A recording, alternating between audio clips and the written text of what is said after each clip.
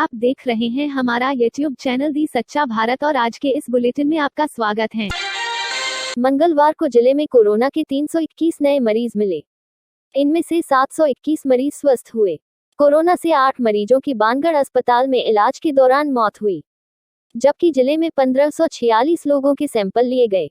जिले में अब तक कोरोना के 29,357 मरीज सामने आ चुके हैं। इसमें से 24,246 मरीज स्वस्थ हो चुके हैं।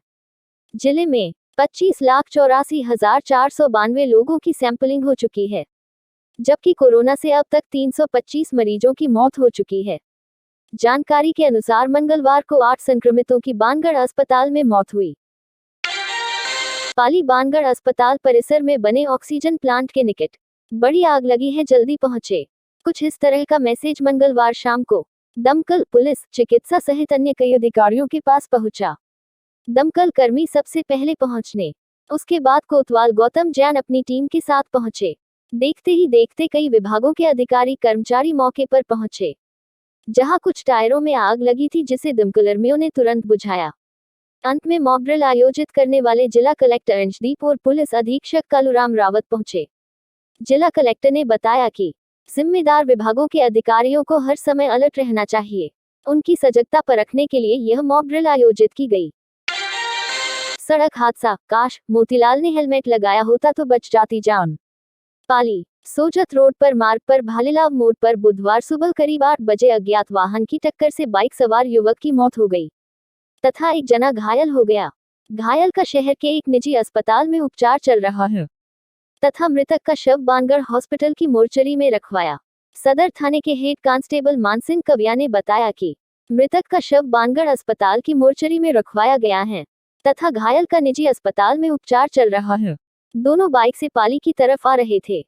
इस दौरान अज्ञात वाहन चालक ने उन्हें चपेट में ले लिया। अज्ञात वाहन चालक की तलाश में जिले भर में नाकाबंदी करवाई गई है। कोरोना संक्रमित आसाराम की सेहत फिलहाल स्थिर बनी हुई है। जोधपुर एम्स के आईसीयू में भर्ती आसाराम को ऑक्सीजन दी जा रही है। उनके शरीर का ऑक्सीजन लेवल 90 से 92 के बीच चल रहा है। डॉक्टरों का कहना है कि 3-4 दिन में वह कोरोना से पूरी तरह उबर जाएंगे। एम्स में आसाराम सामान्य महसूस कर रहे हैं। उसको ऑक्सीजन दी जा रही है। वह आराम से बात कर रहे हैं। अस्पताल का भोजन ही उनको दिया जा रहा है। आसाराम डॉक्टरों व नर्सिंग कर्मचारियों के साथ खुलकर बात कर रहे हैं। उसका कहना है कि वह पहले से बेहतर महसूस कर रहे हैं। उसके स्वास्थ्य में तेजी से सुधार हो रहे हैं।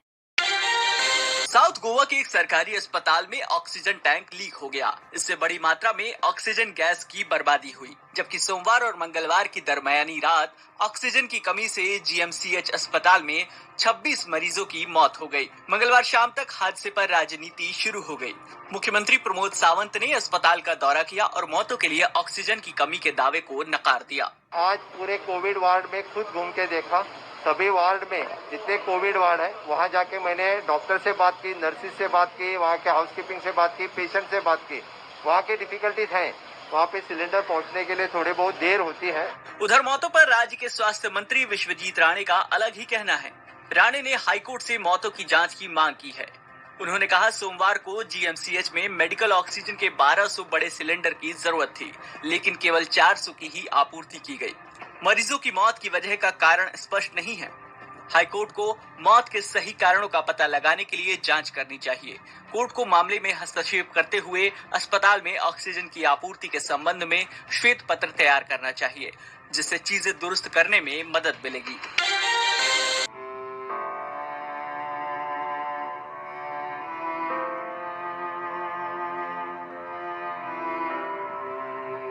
कोरोना महामारी अपने साथ कई परेशानियां लाई है। इस बीमारी में एक तरफ लोगों को जान गंवानी पड़ रही है तो दूसरी तरफ उनके कारोबार, काम धंधे भी प्रभावित हो रहे हैं। शादी समारोह और अन्य उत्सव बाधित होने से प्रिंटिंग कारोबार को करोड़ों का घाटा हुआ है। 2 साल से कोरोना के कारण शादी, विवाह और अन्य कार्यक्रम बेहद सादगी और छोटे स्तर पर हो रहे हैं। ऐसे में प्रिंटिंग व्यवसाय को काफी नुकसान उठाना पड़ा है। भरतपुर जिले की बात करें तो यहाँ करीब 150 प्रिंटिंग प्रेस हैं, लेकिन काम के अभाव में ज्यादातर बंद पड़ी हैं। साल 2020 और 21 में अब तक प्रिंटिंग प्रेस व्यवसाय को तकरीबन 5 करोड़ से ज्यादा का नुकसान झेलना पड़ा है। पूरे भरतपुर जिले में कम से कम 100+ प्रिंटिंग प्रेसें होंगी और कम से कम नहीं तो 800 से 1000 आदमी उससे जुड़ा हुआ रहता है और उनके परिवार को मिला लिया जाए तो कम से कम 2 से 3 हज़ार आदमी उससे जरूर जुड़ा हुआ रहता है। कोरोना का असर तो पिछले साल से ही चल रहा है बहुत, जो अभी तक उठ नहीं पाया था और जैसे उठने का चाहा तभी दोबारा डाउन हो गया। कम से कम ये 2 साल तक इफेक्ट रहेगा, जिसमें कम से कम 5 से 10 करोड़ का व्यापार इफेक्ट होगा। कारोबारी की माने तो जिले भर में प्रिंटिंग व्यवसाय से करीब 1000 लोग और करीब 3000 परिवार जुड़े हुए हैं। कारोबार ठप होने से कर्मचारियों के सामने रोजगार का संकट खड़ा हो गया है। पिछले वर्ष भी मार्च में लॉकडाउन हो गया था और इस बार अप्रैल में हुआ है, तो उससे क्या है कि हमारा जो पूरा सीजन जो होता है अप्रैल से लेकर के और जून जुलाई तक होता है, तो उस समय अपने राज्य सरकार ने और केंद्र सरकार द्वारा लॉकडाउन घोषित कर दिया गया है। इससे हमारे कर्मचारी और हमारी जो व्यवस्था है वो सारी पूर्ण रूप से फेल हो चुकी है। प्रिंटिंग व्यवसाय से जुड़े कारोबारी की माने तो शादी का सीजन 2 साल से खाली जा रहा है। इस बार भी शुरू में जिसने 300 कार्ड के ऑर्डर दिए थे, बाद में घटाकर 50 कर दिए। कुछ ने शादी ही स्थगित कर दी तो ऑर्डर भी कैंसिल करने पड़े। पिछले साल के घाटे से कारोबारी उबर नहीं पाए थे कि कोरोना की दूसरी लहर ने फिर से व्यापार पर चोट कर दी है। शादी, उत्सव आदि कार्यक्रम प्रभावित होने से प्रिंटिंग प्रेस का बिजनेस भी धड़ाम हो चुका है। इससे कारोबारियों को नुकसान के साथ यहां काम करने वाले कर्मचारियों के पेट पर भी लात पड़ी है। जयपुर का सीएमएचओ कार्यालय में आज का नजारा दिल दहलाने वाला था, क्योंकि सीएमएचओ कार्यालय में कम्युनिटी हेल्थ ऑफिसर भर्ती से जुड़े संविदा कर्मचारी बड़ी संख्या में एकत्रित हो गए और सोशल डिस्टेंसिंग की धज्जियां पूरी तरह से उड़ गई। हालत यह थी कि सीएमएचओ कार्यालय में पैर रखने तक की जगह नहीं थी। दरअसल लंबे समय से अटकी हुई कम्युनिटी हेल्थ ऑफिसर भर्ती का परिणाम जारी कर दिया गया है। ऐसे में पात्र अभ्यर्थियों को जयपुर के सीएमएचओ कार्यालय में डॉक्यूमेंट्स के साथ बुलाया गया। जयपुर संभाग से जुड़े लगभग हजारों की संख्या में भर्ती में सफल अभ्यर्थी आज सीएमएचओ कार्यालय में एकत्रित हो गए। ऐसे में जिस सीएमएचओ कार्यालय से कोविड-19 संक्रमण की रोकथाम की जाती है, उस कार्यालय में सोशल डिस्टेंसिंग की जमकर धज्जियां उड़ाई गई। यहां तक कि सीएमएचओ कार्यालय में कार्य करने वाले कर्मचारियों में भी भीड़ देखकर भय का माहौल उत्पन्न हो गया। ये कोई व्यवस्था नहीं है, सुबह से यहाँ पे आके बैठे हमसे ये बिठाए रखा है कि यहाँ पे रुको, तुम्हें ये मीटिंग लेंगे, लेकिन हमें कोई जानकारी नहीं दी और अब बोल रहे हैं तुम जाओ कल मीटिंग होगी जो भी है ये। लेकिन अब कोई पता ही नहीं, हम दूर से आए, अब कहाँ जाएंगे? हमारे जाने के लिए कोई व्यवस्था नहीं है, कोई साधन भी नहीं है जाने के लिए। कैसे जाएंगे? फिर वापस कल आएंगे, हम कहाँ जाए? हम रुकने के लिए भी कोई जगह नहीं है हमें। कि सुबह मतलब 3 दिन के अंदर अंदर सीएमएचओ पे जाके ज्वाइनिंग लेटर मतलब जो भी डॉक्यूमेंट्स है वो सबमिट करना है। यहाँ पे वो आपको बताएंगे कि 1 दिन की ट्रेनिंग कब होएगी और कब कहाँ पे जाना है, कहाँ पे ज्वाइनिंग करनी है आपको। अभी यहाँ पे सुबह 10:30 बजे के बैठे हुए हम, तब का नहीं कहा इन्होंने। 10:30 बजे हमारे डॉक्यूमेंट्स ले लिए थे, तब नहीं कहा कुछ भी कि कल आना, आज आना। ये आप कह रहे हैं। भर्ती से जुड़ी प्रक्रिया जब पूरी नहीं हुई तो अभ्यर्थियों ने आपा खो दिया और सीएमएचओ कार्यालय के बाहर नारेबाजी शुरू कर दी।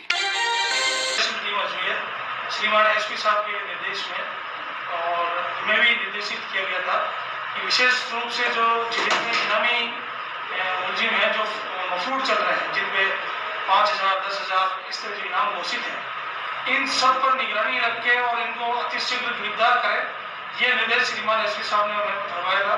और स्पेशल टीम को विशेष निर्देशित किया गया कि आप एक विशेष अभियान चलाएं इसके तहत, जिसमें स्पेशल टीम ने पूर्व में भी 3-4 इनामी बदमाश धन सिंह, राहुल गोल्ड, विशाल, इनको अरेस्ट किया था। इनके अथक प्रयास रहे, इन्होंने मुखबिर अच्छे मामलों में किए। इनके साथ साथ आज इन्होंने जो ये भोला उर्फ भोलिया राजू गुजर, जो 2016 के अंदर जेल की कस्टडी के दौरान एग्जाम देने जब ये नसीराबाद जा रहा था, तो वहाँ चालानी गार्ड को चकमा देके इसके साथियों ने इसको छुड़ा लिया, जिस पर इसमें मुकदमा दर्ज हुआ। ये पिछले 5 साल से फरार था, जिसमें स्पेशल टीम ने अच्छी मेहनत की। इसमें एमपी, गुजरात, कोटा, भरतपुर, बूंदी, जहाँ सूचनाएं एकत्र की मिली वहाँ ये गए, अच्छा प्रयास था। और इसी दौरान आज इनको मुखबिर में सुनील और जोगिंदर सिंह को 2 स्पेशल टीम की सिखाई है, इन दोनों को इंफॉर्मेशन मिली कि जो भोला है वो हाथोली मोड़ के पास में आया था और बाद में ये अपना जो डंपिंग यार्ड है वहाँ है। तो इसमें इसके पास कोई हथियार भी है। इस पर आज हमने तुरंत कार्रवाई की। थाने की टीम और स्पेशल टीम ने सहयोग से उसको मौके पर अरेस्ट किया। एक हथियार, 2 जिंदा कारतूस से बरामद हुए, जिस पर यह मुकदमा दर्ज किया गया। इसके पूर्व में भी मुकदमा है और इससे गहनता से अनुसंधान जारी है। इसका एक साथी है कल्याण गुजर, जिसके बारे में भी अनुसंधान करना शेष है। अजमेर में बन सकेगी 500 लीटर प्रति मिनट ये ऑक्सीजन। यूके से अजमेर पहुंचा ऑक्सीजन कंटेनर का प्लांट। अजमेर में ऑक्सीजन की किल्लत को देखते हुए यूके से ऑक्सीजन कंटेनर प्लांट भेजा गया है। ये मिलने से स्थानीय मरीजों को खासी राहत मिलेगी। इस प्लांट में 500 लीटर प्रति मिनट ऑक्सीजन बन सकेगी, जो लोगों को जीवन प्रदान करेगी। ये प्लांट सेंट्रलाइट अस्पताल में लगाया जाएगा। इसे शुरू करवाने के लिए जिला प्रशासन ने अब कवायद शुरू कर दी है। प्लांट कहाँ से आया है और ये प्लांट की क्षमता क्या है, किस तरीके से अब यहाँ स्थापित होने वाला है? ये एक्चुअल में यूके ने डोनेट किया है और वहाँ से सेंट्रल गवर्नमेंट के माध्यम से जो राजस्थान में 2 प्लांट अलॉट हुए हैं। एक तो ये सिटी हॉस्पिटल और एक जोधपुर में, एक अजमेर गया है और एक गया है झालावाड़। झालावाड़ में अभी पहुँचने वाला है वो। वहाँ पे भी हमारी एक टीम पहुँच गई है। दिल्ली से इनको जो है प्रोटेक्ट करके ला रही थी और उसको एस्टेब्लिश करवाएंगे यहाँ के लोकल प्रशासन के माध्यम से, और जो हॉस्पिटल की जो अथॉरिटी है उनके माध्यम से इसको लोकल स्थापित करेंगे, जिससे कि ऑक्सीजन की कमी ना हो। ये लगभग जो है 500 लीटर पर मिनट इसकी कैपेसिटी है। सर, इंस्टॉलेशन की प्रक्रिया भी आप लोगों के हाथ में, तो वो कब चालू होगी? नहीं, हमारे हाथ में एक्चुअल में हम रहेंगे, जिससे कि मतलब वो टाइमली इस्टेब्लिश्ड हो जाए। अदरवाइज उसमें इंजीनियर वगैरह बुलाए गए हैं, क्योंकि वो डोनेट किया तो वहाँ से तो कोई इंजीनियर आया नहीं है। तो यहाँ से जो बंदोबस्त करेंगे लोकल प्रशासन के माध्यम से या जैसे भी, तो हम उसको इस्टेब्लिश करवाने में पूरी मदद करेंगे। किसी प्रकार की असुविधा यहाँ तक पहुँचने में एनडीआरएफ की टीम को? नहीं, इसी कोई असुविधा नहीं हुई। हमारे साथ में प्रोटेक्ट करके आ रहे थे, दिल्ली से जो है रिसीव किया था एयरपोर्ट से। उसके बाद कंटिन्यू हमारा प्रोटेक्शन साथ में, और अभी कंटिन्यू हमारी टीम लगी हुई है। एनडीआरएफ के इंस्पेक्टर संदीप सिंह बेनीवाल के अनुसार यूके ने ऑक्सीजन की किल्लत से जूझ रहे स्थानों के लिए ऑक्सीजन कंटेनर प्लांट भिजवाए हैं। यूके से ये दिल्ली भेजे गए और वहां से बाय रोड नियत स्थान के लिए भेजा गया। अजमेर में भी एक कंटेनर प्लांट भेजा गया है, जिसे सैटेलाइट अस्पताल में लगाया जाएगा। इससे प्रति मिनट 500 लीटर प्रति मिनट ऑक्सीजन बनाई जा सकेगी। जिला कलेक्टर प्रकाश राज पुरोहित ने कहा कि आगामी 2 दिन में इसे शुरू करवा दिया जाएगा, जिससे अजमेर में ऑक्सीजन किल्लत से काफी हद तक लोगों को राहत मिल सकेगी। कोरोना से संक्रमित लोगों की संख्या लगातार बढ़ रही है। अब कोरोना संक्रमण शहरों से गांव की ओर बढ़ गया है। ऐसे में बीड जिले के 4 दोस्तों ने 30 लाख रुपए की लागत से अपने पूरे गांव के लिए एक अलग तरह का कोविड सेंटर बनवाया है। देखिए 4 दोस्तों की ये इंस्पायरिंग कहानी। जिले के आइडियल इंग्लिश स्कूल में शुरू हुए इस अस्पताल को खास तौर पर कोविड मरीजों की आवश्यकता को ध्यान में रखते हुए बनाया गया है। यहाँ 12 ऑक्सीजन और 38 आइसोलेशन बेड मिलाकर कुल 50 बिस्तर हैं। इसके अलावा यहाँ कम से कम फीस में इलाज के साथ भोजन और अन्य सुविधाएं भी मुफ्त दी जाती हैं, जिससे गांव के लोगों को जीवन दान मिल रहा है। यह हॉस्पिटल बनाने के लिए करीबन 30 लाख रुपए की राशि हमारे मित्रगण, आइडियल परिवार और कुछ दानदाताओं के सहयोग से हमने यह शुरुआत की है। और यहाँ पर नो लॉस नो प्रॉफिट, यह उद्देश्य को सामने रख के हम यह हॉस्पिटल कम से कम दरों में मरीजों के पास से लेकर चलाते हैं। इलाज के लिए अस्पताल में 10 विशेषज्ञ डॉक्टर और एक बड़ा नर्सिंग स्टाफ है। इसके साथ ईसीजी, एक्सरे, एम्बुलेंस और ऑक्सीजन की भी तमाम व्यवस्थाएं हैं। यहाँ अब तक 150 लोगों का इलाज किया जा चुका है। यहाँ पर 10 डॉक्टर्स और बाकी कुल मिलाकर 40 लोगों का स्टाफ है और हमें ये 40 लोग दिन और रात सेवा कर रहे हैं और अभी तक हमें 150 मरीजों का इलाज करने का सौभाग्य प्राप्त हुआ है। कोरोना से इस लड़ाई में देश का हर नागरिक एक दूसरे के साथ खड़ा है। 4 दोस्तों की इस पहल से न जाने कितनी जानें बच जाएंगी। कोरोना के खिलाफ लड़ाई में इस जज्बे को सलाम। और ऐसे ही नए अपडेट पाने के लिए द सच्चा भारत चैनल को सब्सक्राइब कीजिए। धन्यवाद।